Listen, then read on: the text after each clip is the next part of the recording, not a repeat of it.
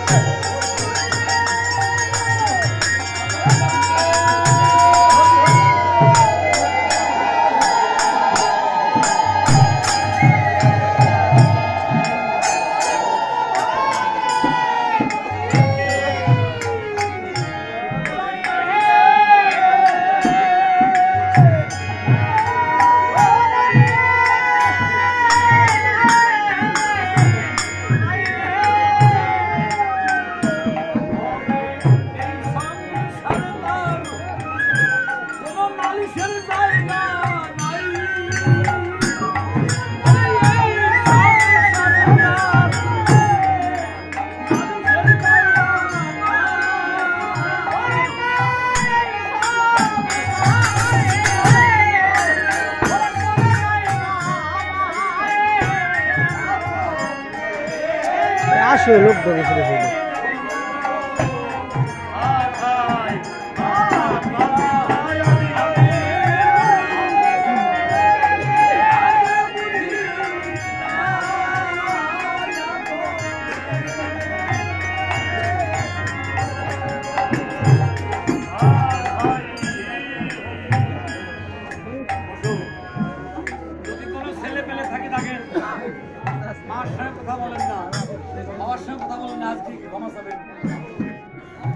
আজকে কি ক্ষমা চাবেন?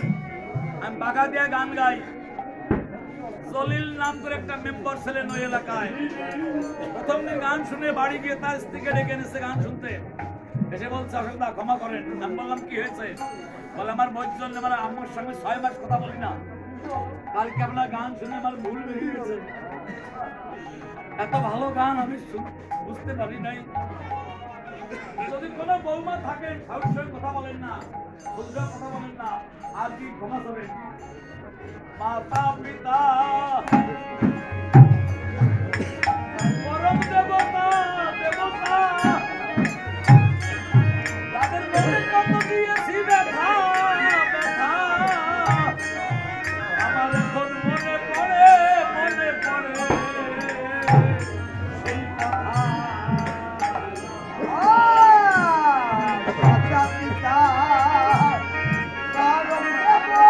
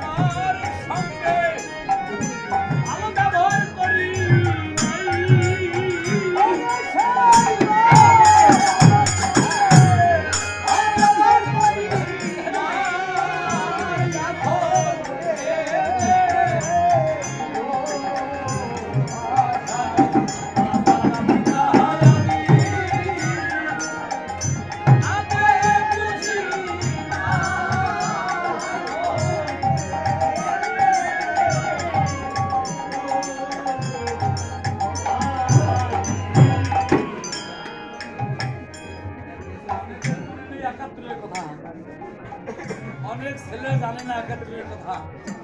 আমি তখন ক্লাস 9-এ পড়ি, আমার 52 সালে জন্ম, এই পর্যন্ত বয়স হয়েছে 68 বছর, তবুও গান করি আপনাদের চরণ ধুলার শুনে। 71-এ যখন ধীরে নাম বাংলার বুকে সবাই একাকার ছিলাম, ঘরে চাউল ছিল না, ভাবতাম মা কখন আছে, এখন মা কখন আছে, হয়তো কিছু নিয়ে আসবে আমাদের সঙ্গে খাওয়ার জন্য। চাউল যেদিন নাছিল ঘরে আমার ওই মা ভিক্ষা করিয়ে করিয়ে এনে খাওয়াতো আমার।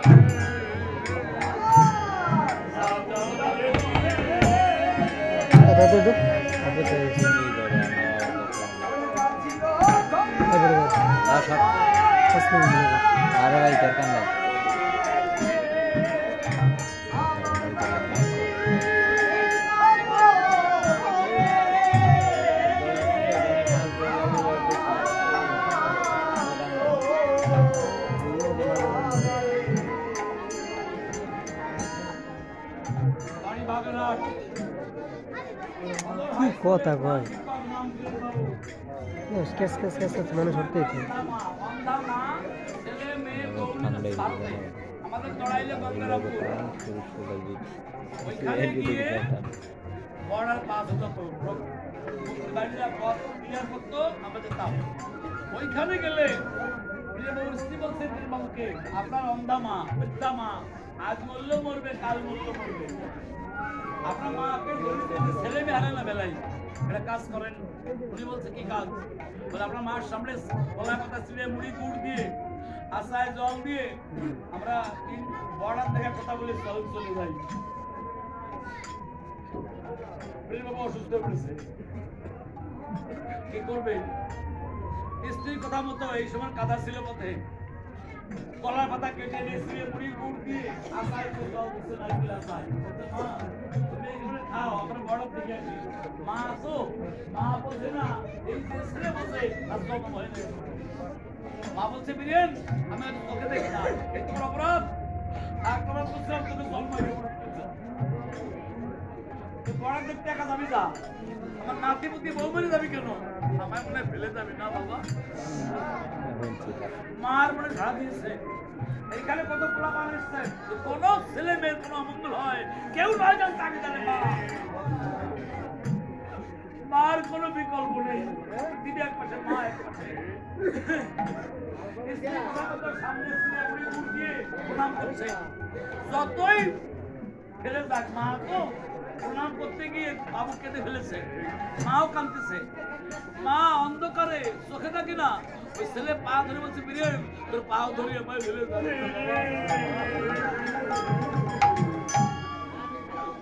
দেখছেন। মা আমাদের জগতে এনে কত অসহায় হয়ে গেছে।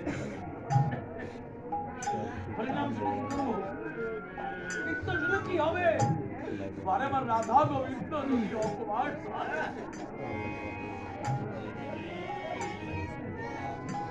ওই মা কেটে চলে গেল, মা কাঁদতেছে, অন্ধকার চোখে দেখে না, একা একা কত মানুষ যাচ্ছে, কেউ ফিরে থাকে না। বরিশাল জেলা উজিরপুর থানা জামবাড়ি গ্রাম, নাম রামকৃষ্ণ, পল্লী চিকিৎসক। উনি দল বল নিয়ে ভারত বাড়ি ছিল, পাকিস্তানে বাড়ি ছিল। বলছে ভাই তোমরা সবাই চলে যাও, এই মাকে না নিয়ে যাও না। বলছে মা আপনি জানেন কেন? বাবু তুমি কেনা বাবা? আমার নাম রামকৃষ্ণ, বাড়ি জামবাড়ি গ্রাম, উজিরপুর থানা, বরিশাল জেলা। বলতে পোকারে তোর মতো না ছেলে ছিল আমার, আমাকে ছিঁড়ে মুড়ি গুড় দিয়ে বর্ডার থেকে কথা বলে চলে গেল। তার স্ত্রী ওই রামকৃষ্ণ বলছে আপনি যাবেন আমার সঙ্গে মা? আমারও ঘরে মা আছে, আমার সেই মা এক মুখ খেলে আপনারা যাবেন? মা বলছে পোকারে যাই আর না যাই তুমি আলিপুর করে আয় বাবা।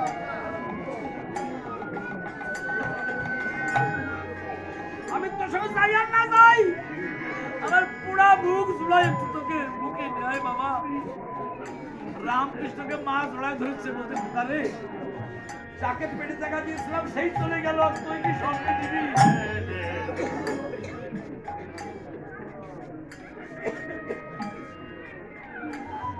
আমি পেটে জায়গা দিয়েছিলাম,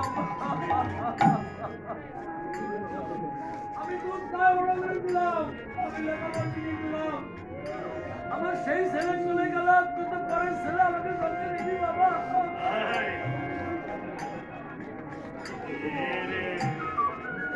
বলছে মা, ও মা আমারও মা, তুমিও মা, চলো মা। এই মা বলছে আমি হাঁটতে পারি না বাবা, কাঁধে ওঠেন। ওই বৃদ্ধ মাকে রামদেব কাঁধে করে নিচ্ছে, কাঁধার মধ্যে দুহাত ধরছে, মনে হচ্ছে প্রতিমা কিনে নিয়ে বাড়ি যাচ্ছে। মার প্রতিমা কিনে নিয়ে বাড়ি যাচ্ছে, আর মা বাড়ি ছিল। বাড়ি গিয়ে বলতে বলছে দুটো চেয়ার আনো, দুটো চেয়ার, জল, ঘটি, তেল, ফুল, গামছা, পাদুকা এনে দুই মাকে বসাইয়ে চরণ জল করে ওই মাকে নতুন কাপড়টা পরাইয়ে খেতে দিয়ে ঘরে নিয়ে গেছে। 9 মাস পরে দেশ স্বাধীন হয়। 1 মাস হওয়ার পরে প্রতিবার মা বলছে রামকৃষ্ণ কত কিছু খাওয়াচ্ছিস বাবা, আমাকে অনেক কিছু দিচ্ছিস, কিন্তু আমার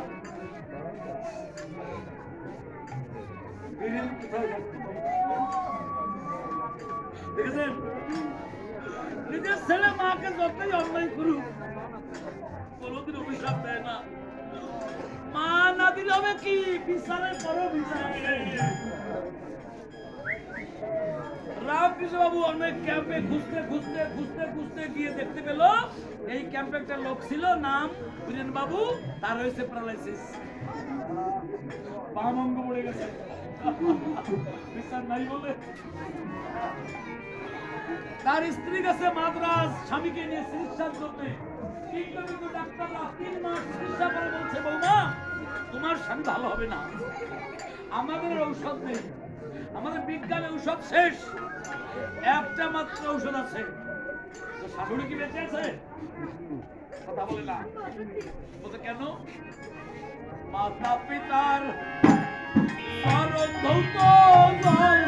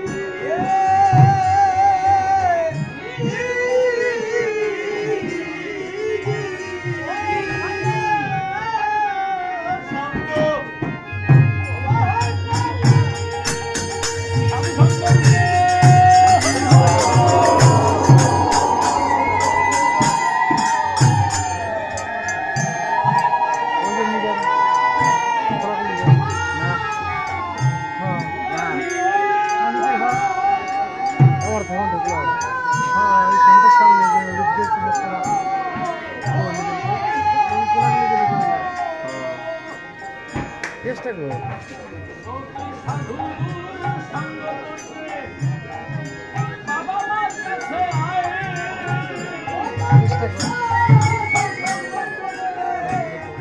এই যে বাবা, এই যে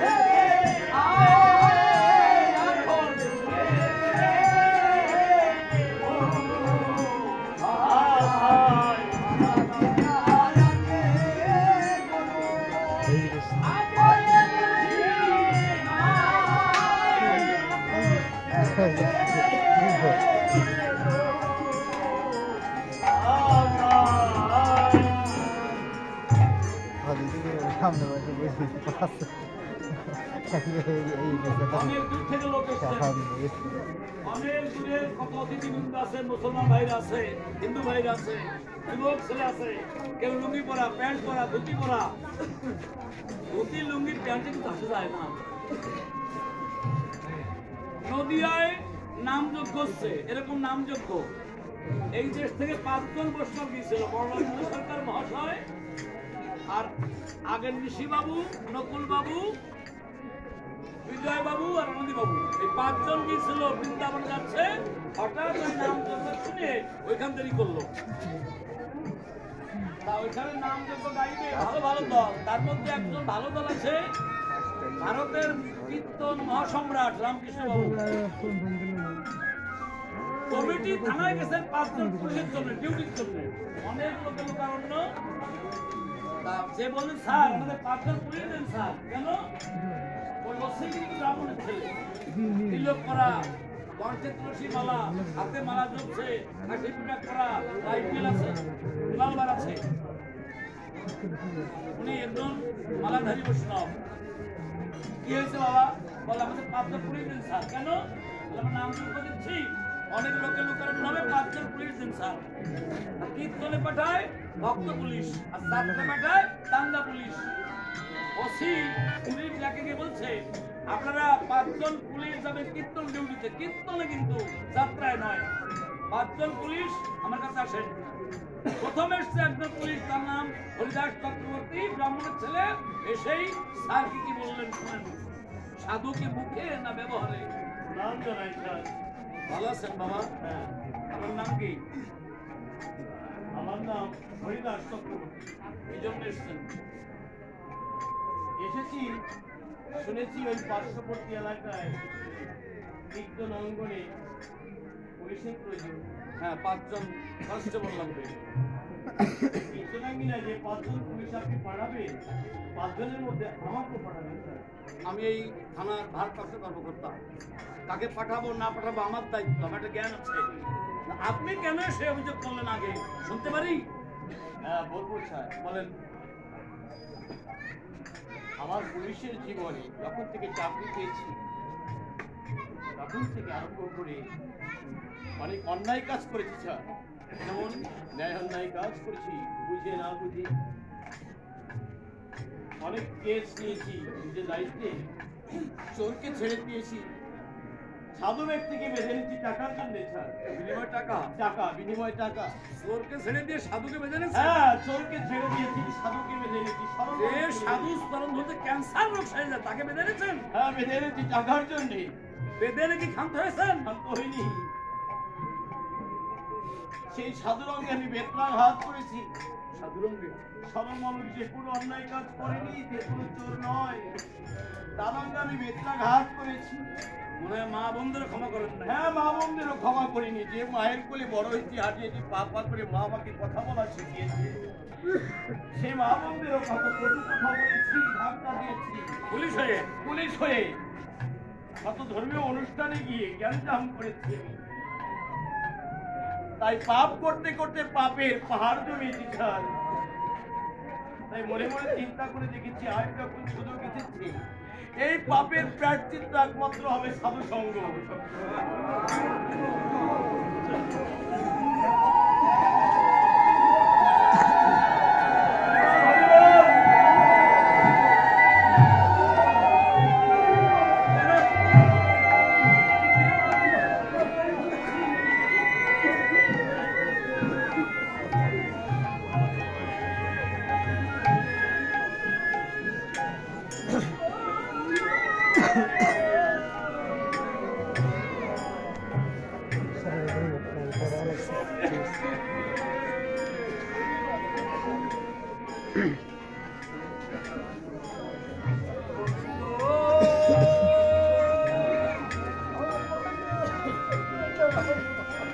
তাই সকল পাবে প্রায়শ্চিত্ত হবে একমাত্র সাধু সঙ্গ।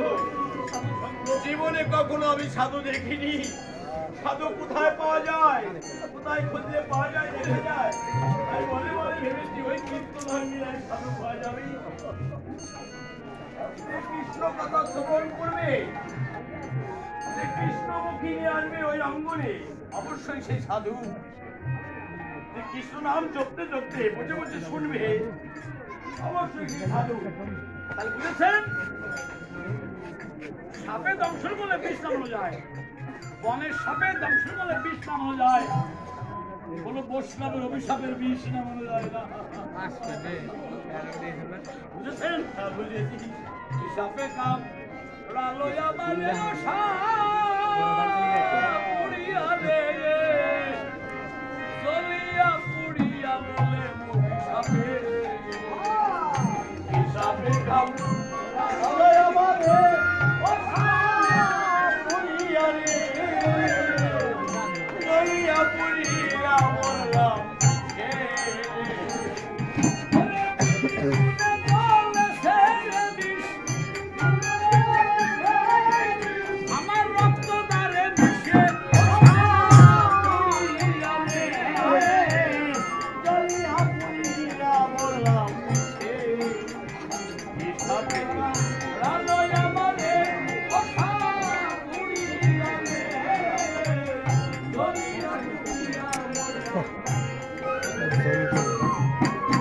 বাবা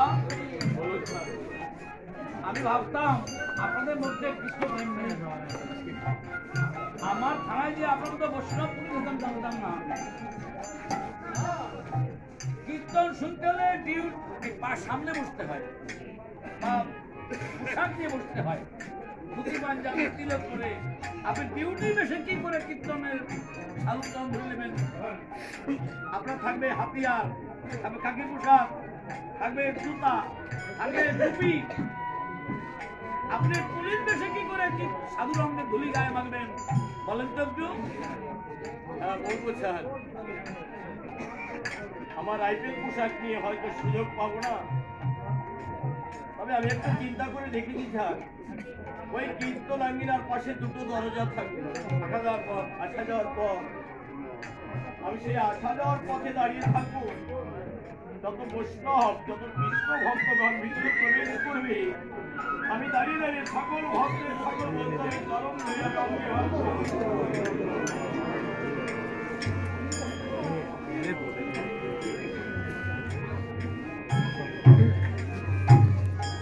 ধরে চেহারা দেয় আমার টুঙ্গুতে বসে থাকতে তারপর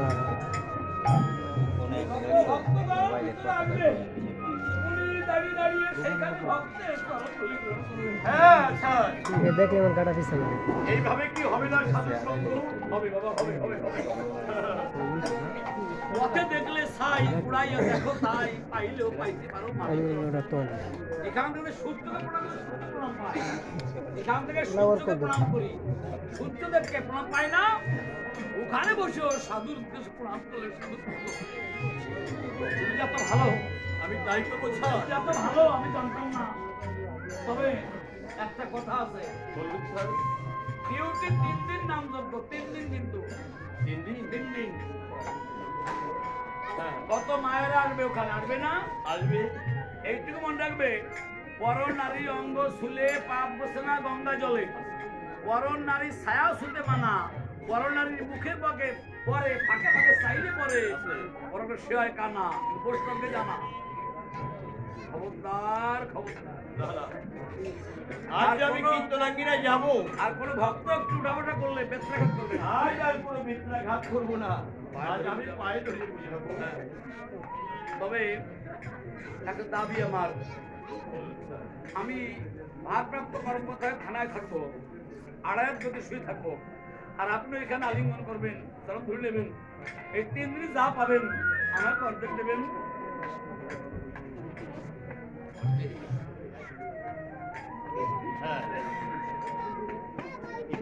পাবো না জানি না স্যার।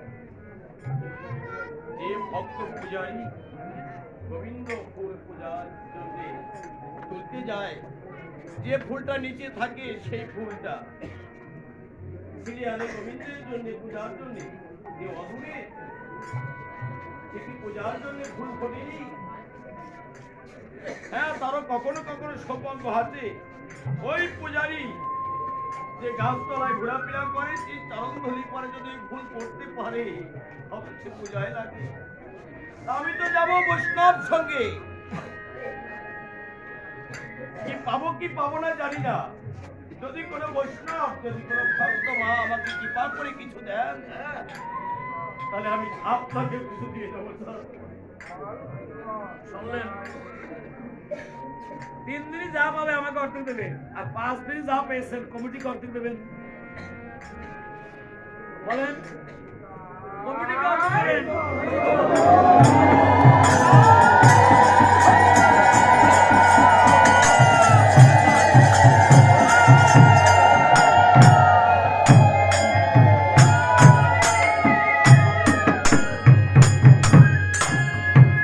এই মুখটা কত মুখে মিলাবেন? আসুন, এই মুখটা আমার মুখটা একটু মিলাই দিই।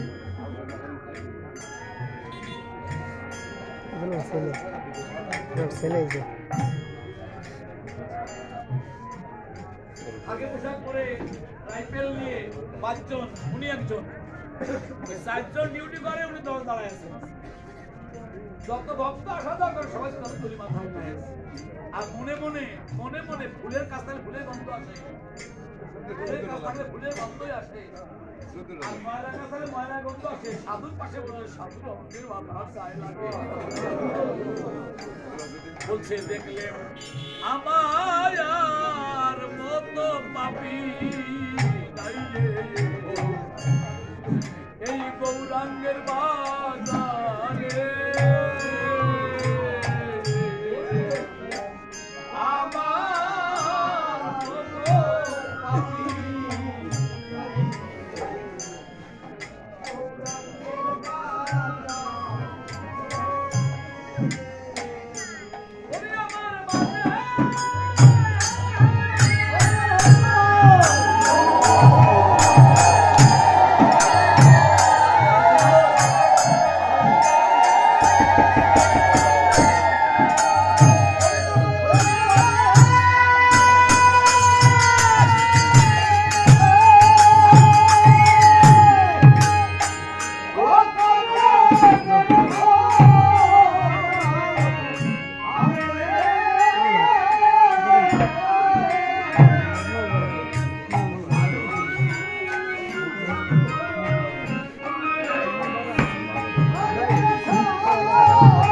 boy.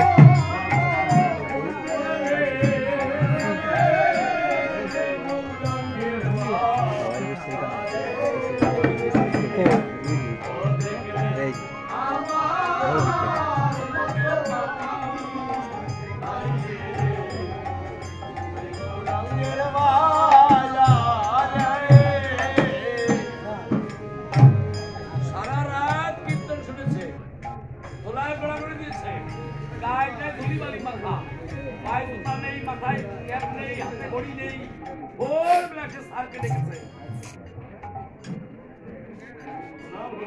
দেখি আপনার সারা অঙ্গে ধুলি বালি কেন কেউ মেরেছে পায়ে জুতা কোথায় মাথার টুপি কোথায়